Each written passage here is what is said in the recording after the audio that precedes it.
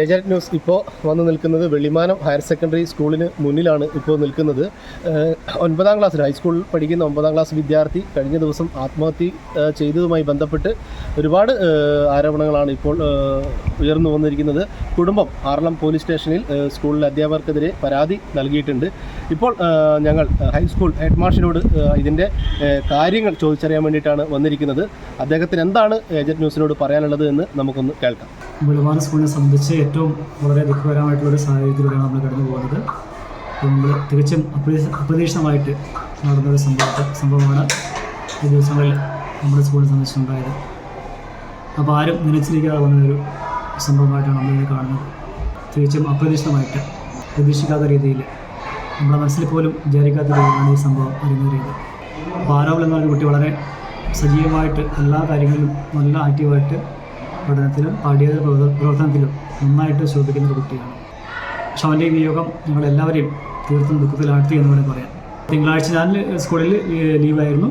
അപ്പം ചൊവ്വാഴ്ച വന്നതിന് ശേഷമാണ് ഈ കാര്യം എൻ്റെ ശ്രദ്ധയിൽപ്പെടുന്നത്. അപ്പോൾ ക്ലാസ് ടീച്ചറുടെ 2 കുട്ടികൾ തമ്മിലുള്ള ഒരു പ്രശ്നമാണ് ഇതിൽ ഉരുത്തിരിഞ്ഞ് വന്നത്. അപ്പോൾ ഒരു വാച്ചിൻ്റെ ഒരു വിഷയവുമായി ബന്ധപ്പെട്ട് 10ാം ക്ലാസ്സിൽ പഠിക്കുന്ന കുട്ടിയുടെ വാച്ച് ചോദിച്ചുകൊണ്ട് 9ാം ക്ലാസ്സിൽ പഠിക്കുന്ന ആരോഗ്യ സുരേഷ് മുകളിലത്തെ നിലയിൽ നിന്നും താഴേക്ക് 1-2 പ്രാവശ്യം വരികയുണ്ടായി. തുടർന്ന് ക്ലാസ് എടുക്കുന്ന സമയത്ത് ആ കുട്ടിയുടെ വാച്ച് ചോദിക്കാനായിട്ട് വന്നിരുന്നു. ആ സമയത്ത് ഈ കാര്യം ടീച്ചർ ശ്രദ്ധയിൽപ്പെട്ടു. അപ്പോൾ ടീച്ചർ ഒരു വാണിംഗ് കൊടുത്തു. അപ്പം എന്തിനാണ് കുട്ടി ഇങ്ങോട്ട് വരുന്നത്? അപ്പം അതോടുകൂടി കുട്ടി വീണ്ടും വരാതെയായി. പിന്നെ യൂത്ത് ഫെസ്റ്റിവൽ സമയത്ത് സ്കൂൾ യുവജന സമയത്ത് കുട്ടി വീണ്ടും ആ വാച്ച് ആവശ്യപ്പെട്ടു എന്നാണ് നമുക്ക് അറിയാൻ കഴിഞ്ഞത്. അപ്പം ആ സമയത്തും ആ കുട്ടി വാച്ച് കൊടുത്തില്ല. വീണ്ടും ആ തിങ്കളാഴ്ച ഞാൻ സ്കൂളിൽ ഇല്ലാത്ത ദിവസം വീണ്ടും ആ വാച്ചിന് വേണ്ടി അവിടെ വന്നിരുന്നു അതിൻ്റെ സമയത്ത്. അപ്പം ആ സമയത്താണ് ജനലിലൂടെ കൈയിട്ട് മേടിക്കാനായിട്ട് അത് തമ്മിൽ അങ്ങോട്ടും ഇങ്ങോട്ടും ഉണ്ടായി എന്നാണ് കുട്ടികൾ ടീച്ചറിൻ്റെ ക്ലാസ് ടീച്ചർ ശ്രദ്ധയിൽപ്പെടുത്തിയത്.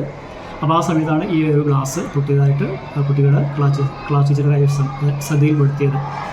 തുടർന്ന് അവരെ തിരിച്ചയക്കുകയുണ്ടായി. പിറ്റേ ദിവസം ഞാൻ വന്നപ്പോഴാണ് ഈ കാര്യം പറയുന്നത്.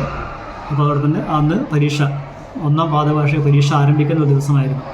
അപ്പോൾ ആ ദിവസമാണ് ടീച്ചർ എൻ്റെ ഈ കാര്യം ശ്രദ്ധയിൽപ്പെടുത്തിയത്. അപ്പോൾ ഞാൻ ഹാളിൽ നിന്ന് മുന്നോട്ട് പോയപ്പോൾ അപ്പോൾ ഇവന്നെ ശ്രദ്ധയിൽപ്പെട്ടു.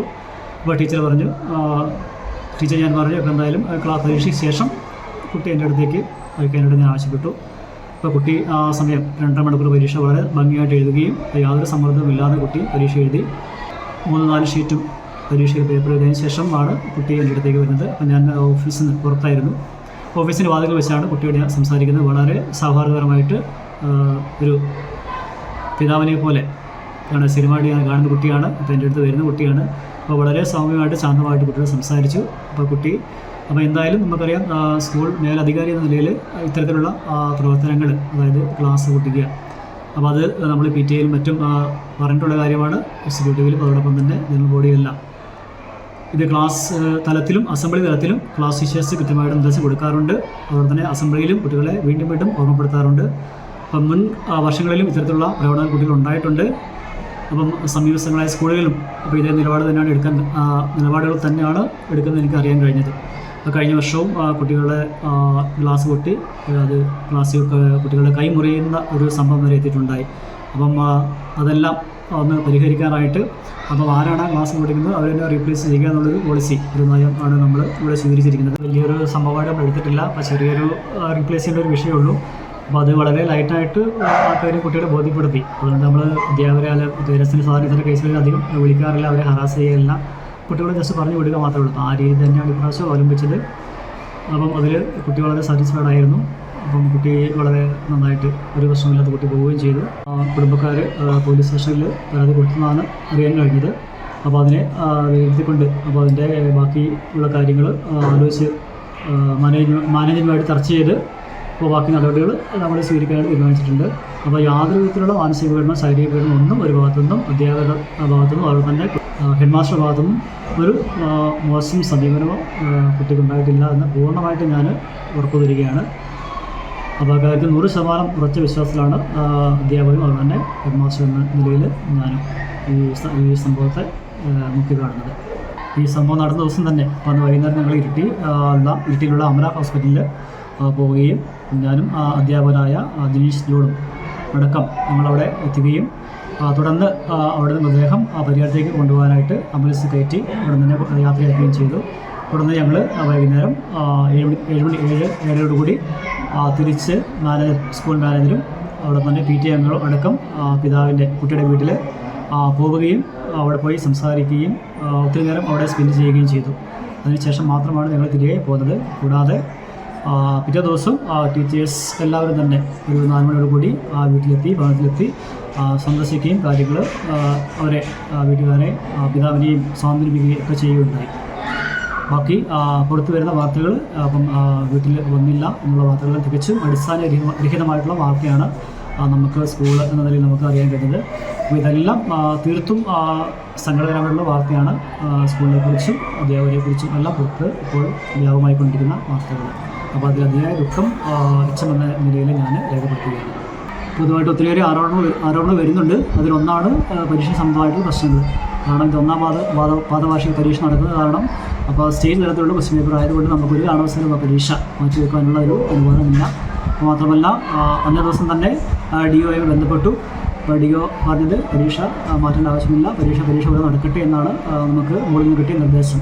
അപ്പോൾ അതിന് പ്രകാരം കുട്ടികളെ കൃത്യസമയത്ത് തന്നെ പരീക്ഷ നടത്തുകയും ക്രമമായിട്ട് 2 ദിവസങ്ങളിൽ പരീക്ഷ നടത്തുകയും ചെയ്യുകയുണ്ടായി. അതേസമയം പൊതുദർശനം എന്നുള്ളത് ഒത്തിരിയേറെ പ്രയാസങ്ങൾ സൃഷ്ടിക്കുന്നുണ്ട്. പരീക്ഷ സമയത്ത് കുട്ടികൾക്ക് ഒത്തിരിയേറെ മാനസിക പ്രയാസം സൃഷ്ടിക്കുന്നതുകൊണ്ട് സ്കൂളിൽ പൊതുദർശനം വേണ്ട എന്നുള്ളൊരു തീരുമാനം PTA എടുക്കുകയുണ്ടായി.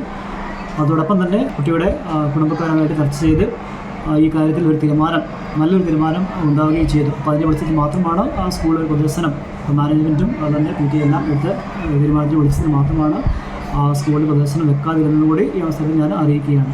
അപ്പോൾ ഈ സംഭവത്തിന് ശേഷം നിരവധിയായിട്ടുള്ള കമൻറ്റുകൾ ഫേസ്ബുക്ക് അതായത് സമൂഹ മാധ്യമങ്ങളിലൂടെ സ്കൂളിനെതിരായിട്ട് പ്രചരിക്കുന്ന നിരവധിയായ വാർത്തകൾ നമ്മൾക്ക് ശ്രദ്ധയിൽപ്പെട്ടിട്ടുണ്ട്. അത് തികച്ചും അടിസ്ഥാനപരമായിട്ടുള്ള വാർത്തകളാണ് സ്കൂളിനെ താറച്ച് കാണിക്കാനായിട്ടും.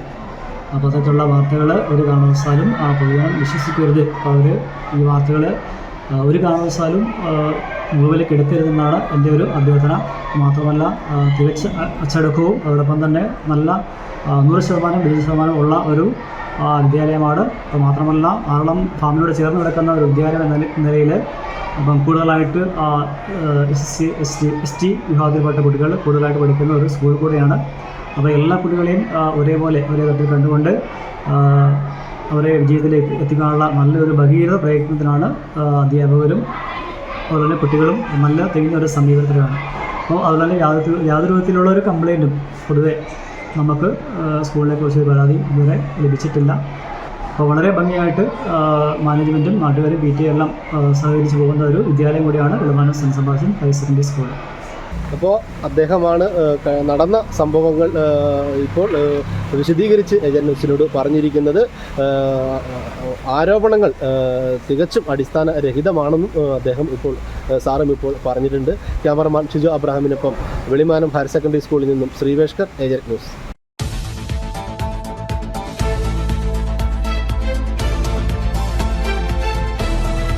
ഈ ന്യൂസ് നിങ്ങൾക്കായി അവതരിപ്പിക്കുന്നത് സ്വർണം സ്നേഹമാണ്. MS Gold & Diamonds, Main Road, Irati.